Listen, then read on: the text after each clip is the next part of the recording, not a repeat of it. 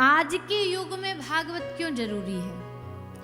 क्योंकि देखो भैया, आज संसार में जमाने में जितनी भीड़ बढ़ती जा रही है ना, आदमी उतना ही अकेला होता जा रहा है। भीड़ बहुत है यहाँ, रिश्तेदार बहुत हैं, दोस्त मित्र बहुत हैं, पर देखा जाए तो जमाने में वो अकेला ही है।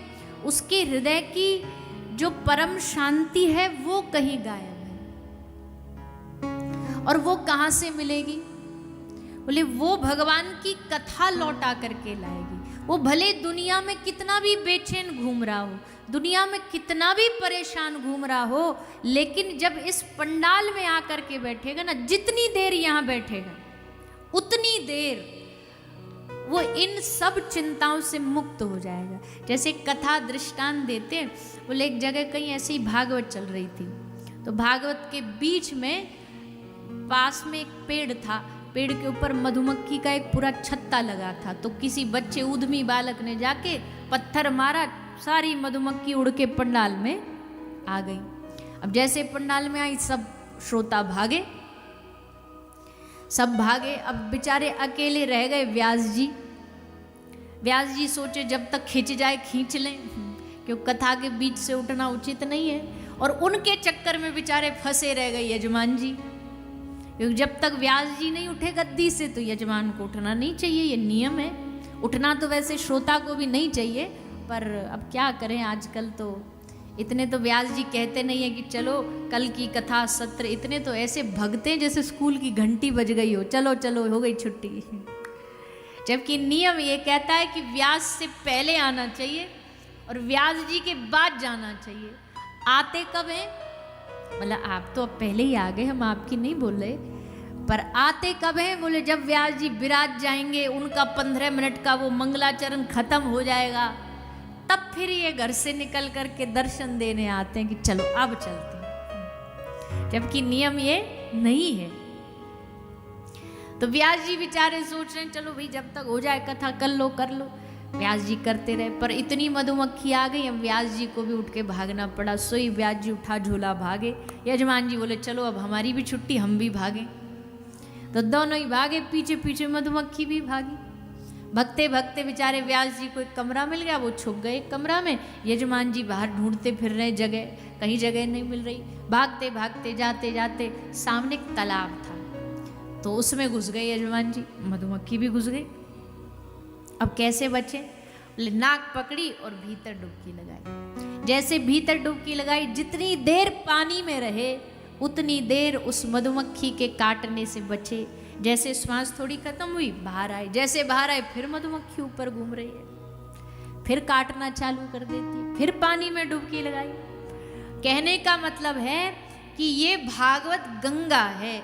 यहाँ चारों ओर घर गृहस्थ परिवार जिम्मेदारियां मधुमक्खियां बन के सबको काटने दौड़ रही हैं, सबको जिम्मेदारियां काटने दौड़ेंगी। लेकिन जब तक जितनी देर इस गंगा में डुबकी लगाए रखोगे, डूबे रहोगे, उतनी देर उस चिंता से मुक्त रहोगे। जैसे यहाँ से बाहर निकले नहीं, बस फिर से सारी दुनिया भर की चिंताएं आकर के काटना शुरू कर देंगी। इसलिए उनसे बचने का एक ही उपाय है, हरि कथा में डूबे रहो, सत्संग में डूबे रहो, कथा से जुड़े रहो। जब तक कथा से जुड़े रहो, आज की मांग है भगवान की कथा। जैसे शास्त्र कहते, एक पत्ते को पेड़ से तोड़ दो तो पत्ते की क्या कीमत है? एक आध दिन में बेचारा सूख जाएगा। एक पत्थर को पहाड़ से अलग कर दो, उसकी कोई कीमत नहीं होती। एक पत्ते को वृक्ष से अलग कर दो, उसकी कोई कीमत नहीं होती। वैसे एक इंसान को सत्संग से अलग कर दो तो उसकी भी कोई कीमत नहीं रहती है। उसकी कीमत ही तभी है, इंसान इंसानियत की कीमत तभी समझता है जब उसके जीवन में सत्संग होता है। नहीं तो आज संसार में देखो, इतना जनसंख्या बढ़ रही है, इतने लोग बढ़ रहे हैं, लेकिन भगवान से वही जुड़ा रहेगा जिसके जीवन में सत्संग होगा। सच्चिदानंद रूपाय विश्वोत्पत्त्यादि हेतवे तापत्रय विनाशाय श्री कृष्णाय वयम नुमः। इस श्लोक की जितनी व्याख्या करी जाए ना उतनी कम है। इतनी सारी कथाएं होती हैं ऊना में, जितने प्रवक्ता आए होंगे सबने इस श्लोक की अलग अलग व्याख्या करी होगी। क्यों? क्योंकि ये एक श्लोक जो है ये भगवान का परिचय कराने वाला है। भगवान का परिचय कितने भी प्रकार से हो सकता है। भगवान करते क्या हैं, भगवान का स्वरूप क्या है, भगवान का गुण क्या है, क्योंकि कृष्ण को जानने से ही भागवत समझ आती है। भगवान को जानने से ही भगवान की कथा समझ आती है। तो कैसा स्वरूप है भगवान का? सच्चिदानंद रूपाय। भगवान का सबसे पहला गुण है भगवान सत्य है। इस दुनिया में कोई भी चीज सत्य होने की गारंटी नहीं दे सकती है। ये पंडाल भी एक दिन पुराना हो जाएगा, ये लाइट भी एक दिन जर्जर हो जाएगी, ये माइक भी एक दिन धीरे धीरे करके काम करना बंद कर देगा, ये शरीर भी एक दिन जर्जर हो जाएगा।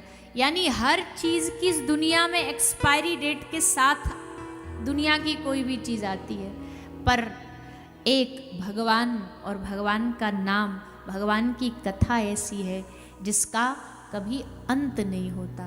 वो हमेशा के लिए सत्य है, कभी न मिटने वाली है, सदा सदा जीवन में रहने वाली है। इसलिए भगवान का एक गुण है सत्य। भगवान का एक गुण है चिद, मतलब चैतन्य। आप में और हम में कौन बैठा है? हाथ कौन चला रहा है? वाणी कौन चला रहा है? हमारे भीतर बैठी हुई आत्मा। और आत्मा कौन है? कौन है आत्मा?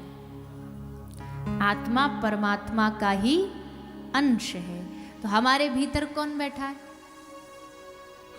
ये वही बात है, एक बार ठाकुर जी बैठे बैठे बोर हो रहे थे।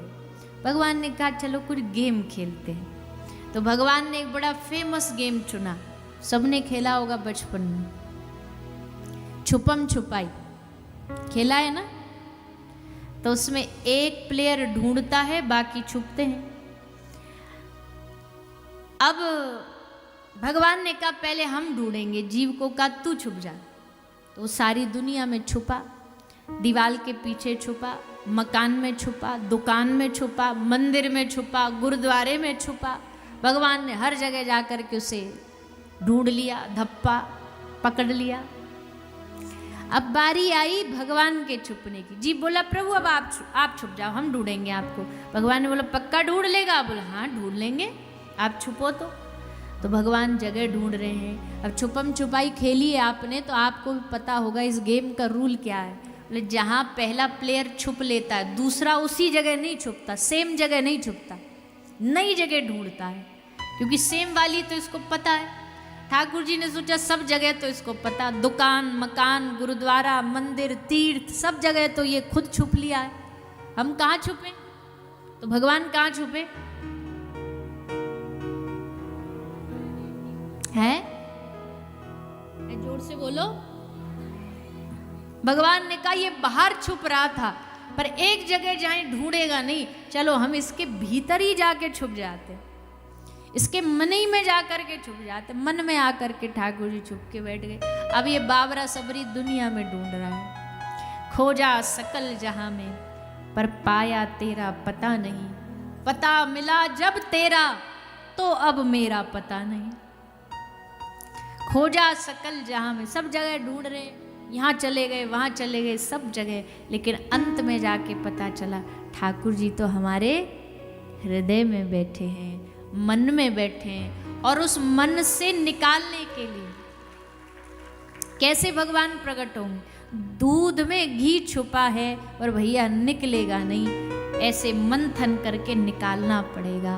वैसे ही भगवान हृदय में छुपे हैं, लेकिन भगवान को निकालना पड़ेगा। कैसे?